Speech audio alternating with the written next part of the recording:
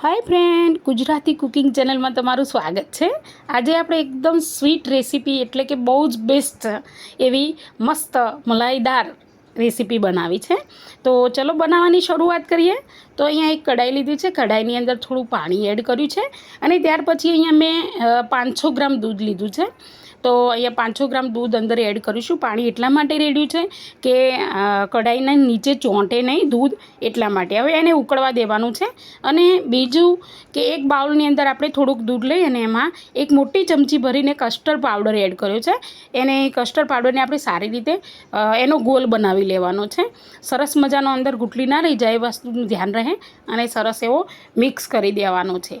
હવે આપણે જે દૂધ ઉકળવા મૂક્યું છે ને, તો દૂધની અંદર આપણે સ્વાદ પ્રમાણે ખાંડ એડ કરવાની છે। તો અહીંયા ખાંડ મેં એડ કરી દીધી છે। હવે આપણે ગેસની ફ્લેમ થોડી હાઈ કરી અને દૂધને ફટાફટ થોડું ઉકાળીશું, જેથી કરીને જલ્દીથી આપણને બનાવવામાં રાહત રહે। તો આપણે એને સારી રીતે ખાંડને ઓગાળી દઈશું।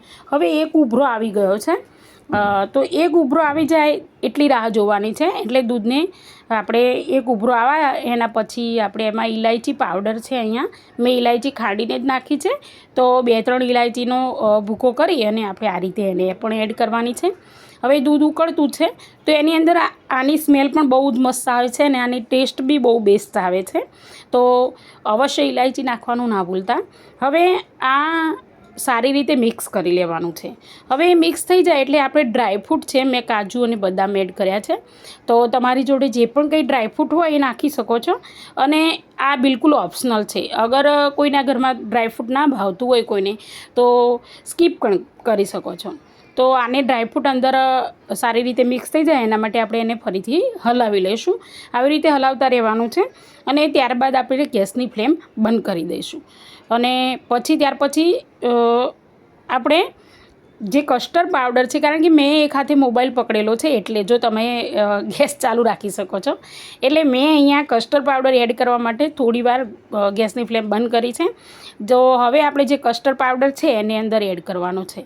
તો પહેલાં એને હલાવી લેવાનો છે સારી રીતે, જેથી કરીને નીચે જામેલો ના રહે। હવે સારી રીતે મિક્સ કરી દઈશું અને ત્યાર પછી કસ્ટર્ડ પાવડર તમારી જોડે જે ફ્લેવરનો હોય એ ફ્લેવરનો વાપરી શકો છો। મારી જોડે વેનીલાનો છે, તો હવે આને આપણે એડ કરી દીધો છે। તો આને પણ સારી રીતે મિક્સ કરવાનું છે। હવે અહીંયા એક વસ્તુનું વધારે ધ્યાન રાખવાની જરૂર છે કે અહીંયા સતત હલાવતા રહેવાનું છે। કસ્ટર્ડ પાવડર એડ કર્યા પછી એકલું દૂધ ઉકળવા મૂકવાનું નથી। હવે એને સતત હલાવતા રહેશું ને એટલે ધીમે ધીમે એ ઘાટું થતું જશે, મતલબ ઘટ્ટ થતું જશે। અને આવી રીતે એક ઉભરો આવે ને એટલે આપણે ગેસની ફ્લેમ બંધ કરી અને એને સાઈડમાં મૂકી દઈશું। હવે જે બાઉલમાં આપણે કસ્ટર્ડ પાવડર બનાવ્યો છે એ બાઉલની અંદર 2 ચમચી ભરી અને અહીંયા મેં મિલ્ક પાવડર એડ કર્યો છે। તો મિલ્ક પાવડરની અંદર થોડુંક જ 1 જ ચમચી આપણે દૂધ નાખીશું અને એની મસ્ત પેસ્ટ બનાવી દેવાની છે સારી એવી। તો એકદમ રિબિન જેવી, જો એકદમ રિબિનની જેમ નીચે પડે એ રીતની આપણે પેસ્ટ બનાવી લઈશું। અહીંયા મેં મેદાની છે બ્રેડ એ લીધી છે, એની કોર કાપેલી જ હતી। તો હવે આ જે આપણે ગોલ બનાવ્યો છે દૂધના પાવડરનો, એ ગોલને આપણે સારી રીતે અહીંયા લગાવી દેવાનો છે મસ્ત રીતે, જેથી કરીને માવાનો મસ્ત એવો ફ્લેવર આવે છે આના લીધે। ઘણા મલાઈ પણ લગાવતા હોય છે, તો મલાઈ પણ લગાવી શકો છો, પણ મેં અહીંયા એટલા માટે આ લગાવ્યું છે કે માવાનો આમ મસ્ત એવો ટેસ્ટ આવે છે અને મીઠાઈ ખરેખર આમ મોંઘી ખાતા હોય ને બારે એવી મસ્ત લાગે છે। તો હવે બંને બ્રેડની ઉપર આપણે એટલો જ મેં બનાવ્યો છે પાવડર। હવે આ વસ્તુ શું છે કે તમે જે આપણે બેટર બનાવ્યું છે દૂધનું એ ફ્રીજમાં રાખી શકો છો અને જ્યારે પણ બાળકોને ખાવા આપવાનું હોય ને ત્યારે આ રીતનો પાવડર તૈયાર કરી અને ઇન્સ્ટન્ટ ખાવા આપવાનું, પડી મૂકીને આપવાનું નથી, બ્રેડની વસ્તુ છે એટલે। તો હવે આપણે એની ઉપર સારા એવા ડ્રાયફ્રૂટ એડ કરી દઈશું। તો ડ્રાયફ્રૂટ એડ કરજો, ઓપ્શનલ છે પણ સારા લાગે છે। તો આ રીતે મેં અહીંયા એડ કર્યા છે। એની ઉપર આપણે જે બીજી બ્રેડ હતી કે જેની ઉપર આપણે મિલ્ક પાવડરની પેસ્ટ લગાવી હતી એને પણ સારી રીતે ગોઠવી દેવાનું છે।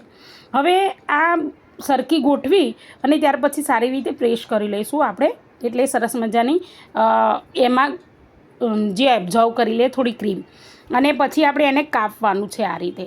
તો આ રીતે સરસ મજાના ત્રિકોણ બને એ રીતે 4 ત્રિકોણ મેં અહીંયા બનાવ્યા છે। તો પહેલાં 2 બનાવે છે ને ત્યાર પછી આવી રીતે કટ કરી અને 2 ત્રિકોણ બનાવી લીધા છે। હવે વસ્તુ છે કે આપણે જે જમવા આપીએ બાળકોને કે ઘરમાં બીજા કોઈને પણ, ત્યારે જ આ વસ્તુ બનાવવાની છે। અને આપણે જે બનાવ્યું છે બેટરવાળું દૂધનું એ ફ્રીજમાં રાખી શકીએ છીએ. હવે એ પણ ઠંડુ થઈ ગયું છે. તો હવે આ રીતે ગોઠવી અને આપણે એકદમ ઠંડુ છે એને આ રીતે મસ્ત મજાનું એની ઉપર એડ કરવાનું છે. તો ધીમે ધીમે એને એડ કરીશું એટલે બધી બ્રેડ એને એબ્ઝોર્વ કરશે, જેના કારણે એકદમ મીઠાશ આવી જશે. હવે આની ઉપર આપણે ડ્રાયફ્રૂટ એડ કરીએ છીએ. તમે જે એડ કરવું હોય, કેસરના ધાગા છે, ડ્રાયફ્રૂટ છે, ગુલાબ છે, એ રીતે આપણે એની ઉપર એડ કરી શકીએ છીએ. તો ખાવામાં બેસ્ટ છે અને પૌષ્ટિક પણ છે. તો જરૂરથી બનાવજો. આટલા સરસ વિડીયો બનાવું છું, કોઈ સબસ્ક્રાઈબ કેમ નથી કરતું? પ્લીઝ સબસ્ક્રાઈબ કરો અને કોમેન્ટમાં તમે જણાવો કે તમને મારી રેસિપીઝ કેવી લાગે છે અને તમે ક્યાંથી જોઈ રહ્યા છો. અને કોમેન્ટમાં નાઇસ કે ગુડ લખીને તો મોકલો, તો મને એવું મોટિવેશન રહે કે ચલો ભાઈ હું રેસીપી બનાવું છું તો મારા સબસ્ક્રાઈબરને ખરેખર સારી લાગે છે અને એ પણ સારી એવી જોવે છે ને બનાવે પણ છે. તો કેટલી સરસ મજાની બની ગઈ છે. જો મેં અહીંયા ગુલાબની પાંદડીઓ થોડી એડ કરી છે, જેના કારણે એનો દેખાવ જેવો છે ને એનાથી પણ એનો ટેસ્ટ વધારે સારો છે. તો આ રેસીપી તમને કેવી લાગી અને તમે ક્યાંથી જોઈ રહ્યા છો ચોક્કસ લખજો અને ફરીથી મળીશું આવતા વિડીયોમાં.